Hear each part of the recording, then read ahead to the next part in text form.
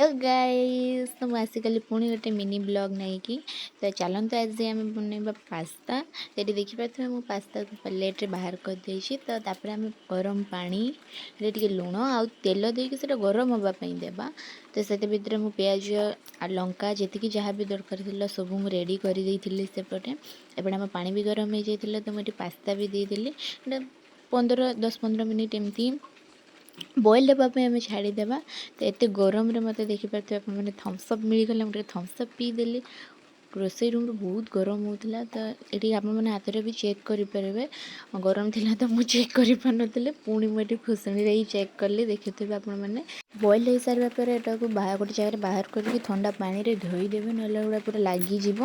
तो ये देखिपे तेल भी गरम हो गला। ये प्याज लंका को रेड रेड फ्राए करी रेड रेड हवा पर्यंत मुझे आम गोल्डन ब्राउन हो जापर मुझे बिलाती देदेली सेटा को भी मुझे तेल रे ये पर्यंत फ्राए ही करुवे। तापर जी भी मसला जहाँ अच्छी सॉस सूस जिते अच्छे सब आपड़े जिते प्रकार सॉस और मसला जहाँ भी देवार अच्छे आपने सब देदेवे। लुण भी स्वाद अनुसार देवे।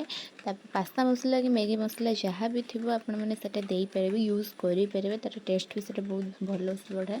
एगुड़ा सब चल सारापर एमती हो पूरा रेड रेड तेल भी टी बाहर लगे। तापर आपने पास्ता देपारे पास्ता देकी चलईदेवे।